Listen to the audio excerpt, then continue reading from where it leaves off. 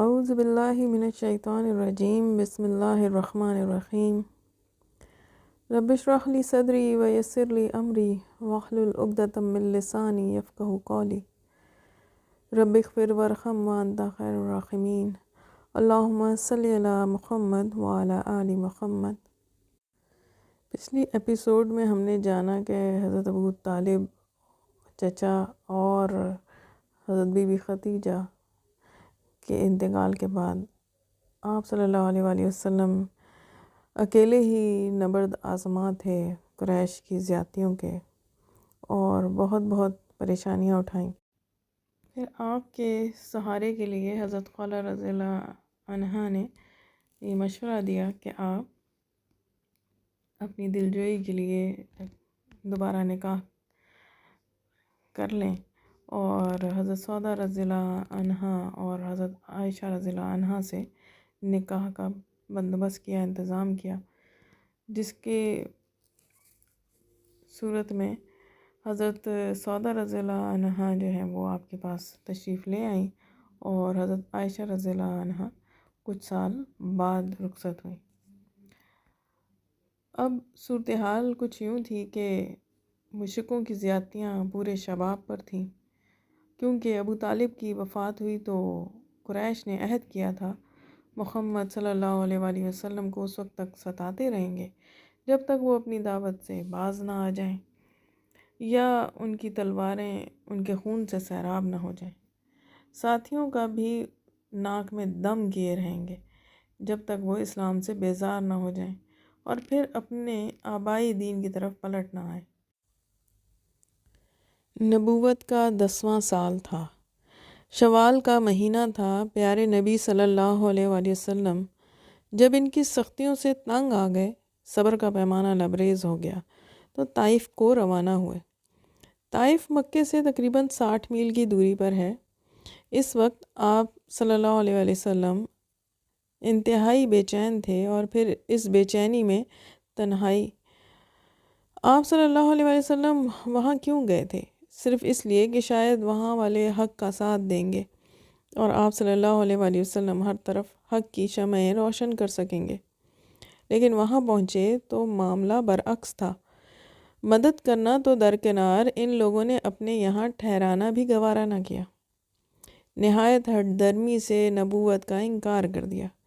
آپ صلی اللہ علیہ وآلہ وسلم کی دعوت کو جھٹلایا اور بڑی بے شرمی سے آپ سے منہ پھیر لیا۔ ان کو بھی قریش کی طرح دین اسلام سے خطرہ تھا۔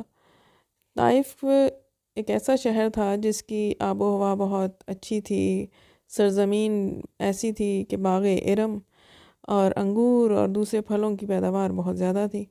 اس لیے اشراف قریش قریش یعنی کہ مکہ میں جو رہتے تھے، گرمیاں وہاں گزارنے جاتے تھے۔ عرب کا مشہور بت لات بھی وہیں تھا۔ کعبے کی طرح وہ بھی زیارت گاہ عام و خاص تھا، یعنی کہ اب کعبے میں تو لوگ آتے ہی تھے، اب اس بت کی زیارت کے لیے بھی جانا شروع ہو گئے تھے۔ اور ان خصوصیات کی وجہ سے طائف کو ایک اہمیت حاصل تھی۔ ان کو ڈر تھا طائف والوں کو کہ کہیں آپ صلی اللہ علیہ وآلہ وسلم کو امان دے دی تو قریش ہمارے دشمن نہ ہو جائیں، اور پھر طائف کی یہ حیثیت اور خصوصیت خاک میں مل جائے گی۔ آپ صلی اللہ علیہ وآلہ وسلم چاہتے تھے اہل مکہ کو طائف کا ماجرا معلوم نہ ہو، یعنی انہوں نے کیا سلوک کیا، انہوں نے بات نہیں سمجھی اور بے رخی اختیار کی۔ اس کا تعلق جو ہے وہ مکہ والوں سے نہ ہو، اور اس کا مطلب سارا جو معاملہ ہے وہ مکہ والوں کو نہ پتہ چلے۔ اندیشہ تھا کہ اگر لوگ جان گئے تو اور زیادہ مذاق اڑائیں گے اور ظلم و ستم میں پہلے سے بے باک ہو جائیں گے۔ وہاں سے رخصت ہونے لگے تو قبیلہ ثقیف کے ایک سردار سے فرمایا، تم لوگوں نے میری بات تو نہیں مانی، لیکن کم از کم میرے معاملے کو پوشیدہ رکھنا۔ لیکن وہ اس پر راضی نہ ہوئے۔ پھر یہی نہیں، طائف کے غنڈوں اور اوباشوں کو ابھار دیا۔ ان اوباشوں نے پائے مبارک پر اس طرح پتھر برسائے کہ آپ صلی اللہ علیہ وآلہ وسلم کی جوتیاں خون سے بھر گئیں۔ جب آپ صلی اللہ علیہ وآلہ وسلم زخموں سے نڈھال ہو جاتے، پتھر کھاتے کھاتے بے دم ہو جاتے تو بیٹھ جاتے۔ ظالموں کو اب بھی ترس نہ آتا، وہ ہاتھ پکڑ کر کھڑا کر دیتے۔ جب آپ صلی اللہ علیہ وآلہ وسلم چلنے لگتے تو پھر پتھر برساتے، ساتھ ہی گالیاں دیتے جاتے، تالیاں بجاتے۔ اف، دنیا انسانیت کا کتنا عجیب اور المناک منظر تھا یہ۔ کسی بھی انسان کو اس کے راستے سے ہٹانے کے لیے اتنا کافی تھا کہ اس کو اس قدر بے عزت کیا جائے، اس کو لہو لہان کر دیا جائے، اس کو اپنے مقصد سے ہٹانے کے لیے اس کو اس قدر بے عزت اور اتنا پریشان کیا جائے۔ اور اللہ تعالیٰ نے یہ سب، اللہ تعالیٰ چاہتے تو نہ ہوتا، لیکن ہمارے لیے ایک مثال بنا دی کہ اگر آپ نے حق کا ساتھ دینا ہے تو چاہے کچھ ہو جائے، حق کا ساتھ نہیں چھوڑنا۔ وہ ابر لطف جس کے سائے کو گلشن ترستے تھے، وہ ابر لطف جس کے سائے کو گلشن ترستے تھے، یہاں طائف میں اس کے جسم پر پتھر برستے تھے۔ اے محمد، پیغمبری میں آپ صلی اللہ علیہ وآلہ وسلم نے جو جو پریشانیاں اٹھائیں، دعوت کی راہ میں جو جو سختیاں جھیلیں، ان کے بدلے میں اللہ آپ کا ہو گیا۔ آپ صلی اللہ علیہ وآلہ وسلم چلتے رہے یہاں تک کہ بستی کے کنارے پہنچ گئے۔ وہاں ایک بہت بڑا باغ تھا، اس میں انگور کی بہت سی بیلیں تھیں، جگہ جگہ خوشنما خوشے لٹک رہے تھے۔ آپ صلی اللہ علیہ وآلہ وسلم اسی باغ میں داخل ہو گئے۔ اس طرح کہیں جا کر آپ کی جان چھوٹی، نگاہیں بے اختیار آسمان کی طرف اٹھ گئیں۔ آپ صلی اللہ علیہ وآلہ وسلم مولا سے گڑ گڑانے لگے، اپنی بے بسی کی فریاد کرنے لگے کہ اس کی رحمت کو جوش آئے اور آپ صلی اللہ علیہ وآلہ وسلم کو اپنے دامن میں لے لے۔ زبان مبارک پر یہ الفاظ لرز رہے تھے: خدایا، میں اپنی بے بسی، بے چارگی اور لوگوں میں بے وقعتی کی فریاد تجھی سے کرتا ہوں۔ یا ارحم الراحمین، تو کمزوروں کا رب ہے، تو ہی میرا بھی رب ہے۔ تو مجھے کس کے حوالے کر رہا ہے؟ کیا کسی بیگانے کے جو مجھے دیکھ کر تیوری چڑھائے، یا کسی دشمن کے جس کو تو نے مجھ پر قابو دے دیا ہو؟ خدایا، اگر تو مجھ سے ناراض نہیں تو پھر مجھے کوئی پرواہ نہیں، لیکن تیری عافیت میرے لیے زیادہ آرام دہ ہے۔ میں پناہ چاہتا ہوں تیرے چہرے کے نور سے، جس سے ساری تاریکیاں کافور ہو گئیں اور جس پر دونوں جہاں کا نظام قائم ہے۔ میں پناہ چاہتا ہوں اس بات سے کہ مجھ پر تیرا عتاب ہو یا تو مجھ سے روٹھ جائے۔ اس وقت بھی اللہ کی ناراضگی کا ڈر تھا۔ جب تک تو خوش نہ ہو جائے تجھے منائے جانا ناگزیر ہے، ساری طاقتیں اور ساری تدبیریں تیرے ہی ہاتھ میں ہیں۔ یہ باغ جس میں آپ آ کر ٹھہرے تھے، یہ 2 آدمیوں کا تھا۔ وہ دونوں سگے بھائی تھے، ایک کا نام عتبہ تھا، دوسرے کا شیبہ۔ یہ ربیہ کے بیٹے تھے۔ دونوں نے اپنی آنکھوں سے سارا ماجرا دیکھا تھا۔ وہ دردناک منظر ان کی نگاہوں میں تھا جب قوم کے غنڈے آپ پر پتھراؤ کر رہے تھے اور آپ خون میں نہائے ہوئے بڑی بے کسی اور بے قراری کے عالم میں آگے بڑھ رہے تھے۔ دونوں کو بڑا ترس آیا، آپ کی مظلومی پر ان کا دل بھر آیا۔ فوراً عیسائی غلام کو آواز دی: عداس، باغ سے انگور کا خوشہ توڑو اور ایک پلیٹ میں لے جا کر اس آدمی کو دو، کہو اسے کھا لے۔ عداس نے حکم کی تعمیل کی۔ وہ انگور لے کر آپ صلی اللہ علیہ وآلہ وسلم کے پاس آیا، سامنے رکھتے ہوئے بولا: اسے کھا لیجئے۔ آپ صلی اللہ علیہ وآلہ وسلم نے بسم اللہ الرحمن الرحیم کہتے ہوئے ہاتھ بڑھایا اور کھانے لگے۔ عداس ہکا بکا سا ہو گیا، حیران ہو کر بولا: خدا کی قسم، یہاں تو کبھی کسی نے یہ زبان، یہ فقرہ نہیں سنا۔ حضور صلی اللہ علیہ وسلم نے فرمایا: تم کون ہو، کہاں کے رہنے والے ہو اور کس مذہب کے پیرو ہو؟ عداس بولا: میں نینوا کا رہنے والا ہوں، عیسائی مذہب کا پیرو ہوں، نام میرا عداس ہے۔ حضور صلی اللہ علیہ وسلم آگے سے فرماتے ہیں: یونس بن متی کی بستی کے، وہ تو بہت اونچے انسان تھے، یعنی یونس علیہ السلام کا ذکر کیا کہ تم ان کی بستی کے رہنے والے ہو۔ یہ سن کر عداس کی حیرانی اور بڑھی۔ آپ کیسے جان گئے یونس بن متی کیا تھے؟ اس نے بڑی بےتابی سے سوال کیا۔ یونس میرے بھائی تھے، وہ نبی تھے، میں بھی نبی ہوں۔ عباس سے رہا نہ گیا، فوراً جھک کر آپ کے ہاتھ پیر چومے اور سر مبارک کا بوسہ لیا۔ عتبہ اور شیبہ یہ سب دیکھ رہے تھے، سخت حیران تھے ماجرا کیا ہے۔ عباس لوٹ کر آیا تو بولے، میاں عباس، اس آدمی کے ہاتھ پیر کیوں چوم رہے تھے؟ عباس بولا، میرے آقا، روئے زمین پر اس سے بہتر کوئی آدمی ہی نہیں۔ اس نے ایک ایسی بات بتائی جس کو بس نبی ہی بتا سکتا ہے۔ عتبہ اور شیبہ میاں عباس کی باتوں کو سن کر بولے، کہیں اپنا دین مت چھوڑ بیٹھنا، تمہارا دین اس کے دین سے بہتر ہے۔ لا حول ولا قوت الا باللہ۔ پیارے نبی صلی اللہ علیہ وآلہ وسلم ثقیف کی بھلائی سے مایوس ہو گئے، یعنی جو وہاں پر جس طائف میں جس سردار اور جن قبیلوں کے پاس گئے اور پھر آخر میں ثقیف سے بات کی، ان کی بھلائی سے تو وہ مایوس ہو گئے، ان سے مدد ملنے کی کوئی امید نہ رہی۔ اب آپ صلی اللہ علیہ وآلہ وسلم نے طائف کو خیر بات کہا اور صحرا میں تیز تیز قدم بڑھانے لگے۔ اب آپ کا رخ مکے کی طرف تھا، وہی مکہ جس کو قوم سے عاجز آ کر آپ نے الوداع کہا تھا، اور اس آرزو میں نکلے تھے کہ اس کے علاوہ کوئی اور پناہ گاہ مل جائے، کہیں اور سے مدد مل جائے کہ یہاں کی مظلومی اور بے کسی کا بدل بن سکے، لیکن آپ کی یہ آرزو بر نہ آئی صلی اللہ علیہ وآلہ وسلم۔ طائف اور مکے کے درمیان ایک مقام ہے نخلہ، یہ مکے سے ایک دن اور ایک رات کی مسافت پر ہے۔ چلتے چلتے جب آپ صلی اللہ علیہ وآلہ وسلم تھک گئے تو وہیں ٹھہر گئے۔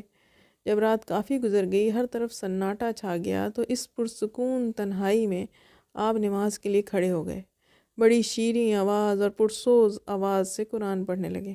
اتفاق سے جنوں کی ایک جماعت کا گزر ہوا، قرآن پڑھنے کی آواز ان کے کانوں میں پڑی، انہیں یہ کلام بہت عجیب معلوم ہوا، ٹھہر کر سننے لگے۔ خدا کی توفیق شامل حال ہوئی، ان کو ہدایت نصیب ہو گئی، وہ لوٹ کر اپنی قوم میں آئے، بولے، ہم نے ایک عجیب قرآن سنا ہے، وہ سیدھا راستہ دکھاتا ہے، تو ہم اس پر ایمان لے آئے، اور ہم ہرگز کسی کو اپنے رب کا ساجی نہ ٹھہرائیں گے۔ آپ صلی اللہ علیہ وآلہ وسلم کے سناٹے میں رات کے سناٹے میں قرآن پڑھ رہے تھے، اور جنوں کا یہ گروہ بڑی دلچسپی سے سن رہا تھا اور اثر لے رہا تھا۔ بالآخر وہ ایمان لے آیا اور اپنی قوم کو جا کے ہوشیار بھی کیا، لیکن آپ صلی اللہ علیہ وآلہ وسلم بالکل بے خبر رہے، یہاں تک کہ اللہ نے خود آپ صلی اللہ علیہ وآلہ وسلم کو خبر دی، اور یاد کرو جب ہم نے کچھ جنوں کا رخ تمہاری طرف پھیر دیا کہ وہ قرآن سن لیں، تو جب وہ اس کے پاس پہنچے تو آپس میں کہنے لگے، چپکے رہو اور کان لگا کر سنو۔ پھر جب قرآن پڑھا جا چکا تو وہ اپنی قوم کو ہوشیار کرنے کے لیے لوٹے۔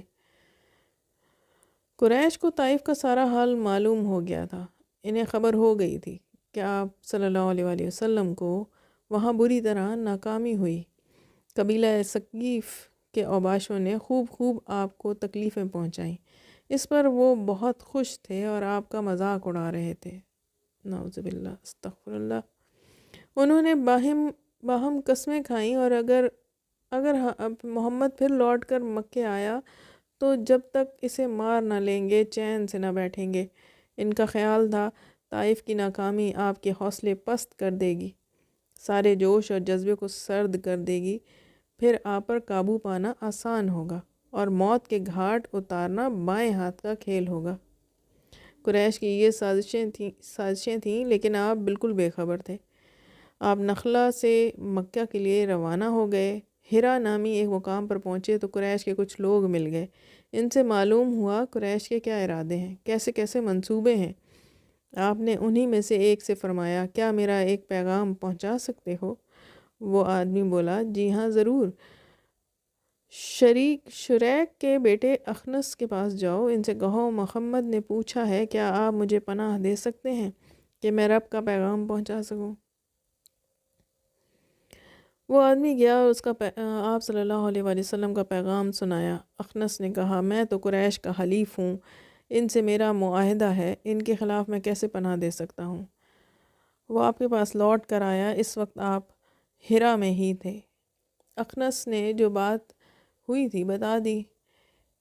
آپ نے فرمایا کیا دوبارہ زحمت کرو گے؟ جی ہاں، بڑی خوشی سے۔ عمرو کے بیٹے سہیل کے پاس جاؤ، ان سے کہو کیا محمد کو امان دے سکتے ہو، وہ آزادی سے رب کا پیغام پہنچا سکے۔ وہ پیغام لے کر سہیل کے پاس پہنچا تو اس نے جواب دیا، قبیلہ عامر بن لوئی آل کعب کے خلاف امان نہیں دے سکتا۔ وہ آدمی لوٹ کر ہرا آیا، سہیل نے جو کچھ کہا تھا آپ کو بتایا۔ اچھا ایک بار اور زحمت اٹھاؤ۔ جی ہاں، آپ بتائیے۔ اس بار عدی کے بیٹے مطعم کے پاس جاؤ، ان سے یہی درخواست کرو، کیا آپ محمد کو امان دیں گے؟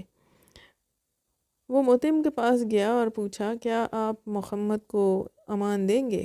ہاں، وہ آئیں، ضرور آئیں، خوشی سے آئیں۔ صبح ہوئی تو مطعم خود تیار ہوا، بیٹوں اور بھتیجوں کو تیار کیا کہ مکے میں داخل ہوتے وقت کوئی چھیڑ چھاڑ کرے تو آپ صلی اللہ علیہ وآلہ وسلم کی حمایت کر سکے۔ سب نے جنگی لباس پہن لیے، کمر سے تلواریں لٹکا لیں، ہاتھوں میں برچھیاں لے لیں اور کعبے کی طرف بڑھے۔ قریش وہاں پہلے سے موجود تھے، ابو جہل بھی موجود تھا۔ دیکھتے ہی بولا، امان دی ہے یا ایمان لے آئے؟ یعنی امان ہی دی ہے، صرف ساتھ دینے کا وعدہ کیا ہے، ان کو حفاظت میں لینے لگے ہو یا ایمان ہی لے آئے ہو؟ مطعم بولا، امان دی ہے۔ ابو جہل بولا، جس کو تم نے امان دی اسے ہم نے بھی امان دی۔ یہ ان کے قبائلی اصول تھے جس کی وجہ سے انہوں نے ایسا کیا، اور انہوں نے اپنے قبیلے کے ان اصولوں کے مطابق ان کو امان دینے میں پھر کوئی رکاوٹ نہ ڈالی۔ لیکن اب یہ دیکھنے کی اور سوچنے کی بات ہے کہ جو شہر خود نبی صلی اللہ علیہ وآلہ وسلم کا شہر تھا، وہاں اتنے دشمن بن گئے تھے کہ اپنے ہی شہر میں وہ داخل نہیں ہو سکتے تھے اور پناہ لینی پڑی، جبکہ ایسا نہیں ہوتا۔ جو قبیلے کے لوگ تھے وہ اپنے قبیلوں میں اطمینان کے ساتھ رہتے تھے، لیکن نبی صلی اللہ علیہ وآلہ وسلم پر یہ وقت بھی آیا کہ پہلے طائف کا ماجرا پیش آیا، طائف کے حالات و واقعات سب آپ نے سنے، اور اس کے بعد جو ہے وہ اپنے ہی شہر میں داخل ہونے پہ پابندی لگ گئی۔ آپ صلی اللہ علیہ وآلہ وسلم طواف کی غرض سے سیدھے کعبہ گئے۔ قریش وہاں جلسہ جمائے بیٹھے تھے، ان میں کچھ ہاشمی بھی موجود تھے۔ ابو جہل نے آپ صلی اللہ علیہ وآلہ وسلم کو دیکھا تو ان پر یہ فکرہ چست کیا، آل مناف تمہارا نبی ہے یہ؟ ربیہ کا بیٹا عتبہ بھی موجود تھا، یہ بھی ہاشمی تھا اور بھی قریش کے ہی مذہب پر تھا، اور ابھی تک قریش کے ہی مذہب پر تھا۔ اگر ہم میں کوئی نبی ہو جائے یا کسی کو بادشاہت مل جائے تو اس میں جلنے کی کیا بات ہے؟ یعنی وہ کیونکہ ہاشمی خاندان کا ہی تھا تو وہ ایسے تو ایمان نہیں لایا تھا، لیکن اس کو اپنی عزت پہ حرف محسوس ہوا، اور اس نے کہا کہ اگر ہمارے میں سے آ گیا، کیونکہ یہودی اور دوسرے خاندان کے لوگ، دوسرے جو قبائل تھے وہ تو یہ چاہتے تھے کہ ہم میں نبی آتا، تو اس نے جھٹ بولا کہ اگر ہم میں کوئی نبی ہو جائے یا کسی کو بادشاہت مل جائے تو اس میں جلنے کی کیا بات ہے؟ آپ صلی اللہ علیہ وآلہ وسلم نے یہ باتیں سنی تو قریب آئے، فرمایا، تعجب ہے عتبہ، خدا اور رسول کے لیے تو غیرت نہ آئی پر اپنے لیے آ گئی۔ پھر ابو جہل سے فرمایا، سن لو ابو جہل، وہ وقت آ رہا ہے، ہاں بہت تیزی سے آ رہا ہے، جب ساری ہنسی غائب ہو جائے گی اور تم خون کے آنسو روؤ گے۔ پھر اوروں سے مخاطب ہوئے فرمایا، قریش کے سرداروں، تم بھی سن لو، کان کھول کر سن لو، وہ دن دور نہیں جب چاروں ناچار بہت ہولناک انجام سے دوچار ہوگے۔ ان باتوں سے قریش کتنا تلملائے ہوں گے اس کا اندازہ کرنا مشکل نہیں، لیکن مطعم آپ صلی اللہ علیہ وآلہ وسلم کو پناہ دے چکا تھا، سب خون کے گھونٹ پی کر رہ گئے۔ اب قریش سے آپ صلی اللہ علیہ وسلم کی توجہ ہٹ گئی کہ ان پر حجت تمام ہو چکی تھی، یعنی ان کو تمام معاملات بتائے جا چکے تھے، تمام احکامات سنائے جا چکے تھے، آخرت کا پیغام دیا جا چکا تھا کہ آخرت میں کیسے اٹھائے جائیں گے اور کیسے حساب کتاب کے دن سارا حساب ہوگا، اور ایک ہی اللہ کی عبادت ضروری ہے، سارا میسج ان کو مل چکا تھا۔ لیکن اب بھی اگر وہ نہیں مان رہے تو ان کو چھوڑ دیا۔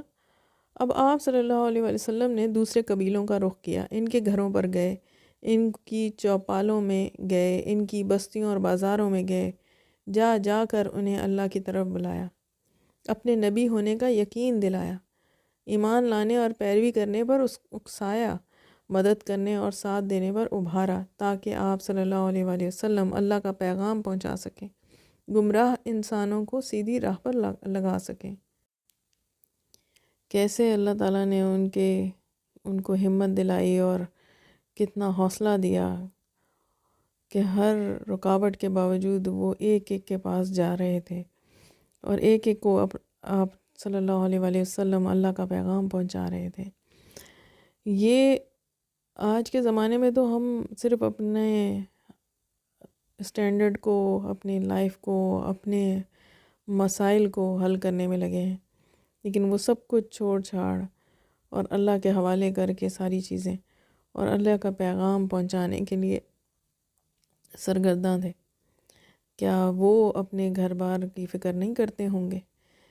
لیکن اتنا مناسب کہ باقی تمام معاملات کو اللہ کے حکم کے مطابق گزار سکیں۔ یہ کوششیں جاری رہیں، تکالیف آتی رہیں اور برداشت کرتے رہے۔ آگے ہم اگلی اقساط میں جانیں گے کہ معراج میں کس طریقے سے اللہ تعالیٰ نے کیا کیا احکامات دیے اور کیسے اپنے نبی کو شرف ملاقات نصیب فرمائی۔ انشاءاللہ العظیم۔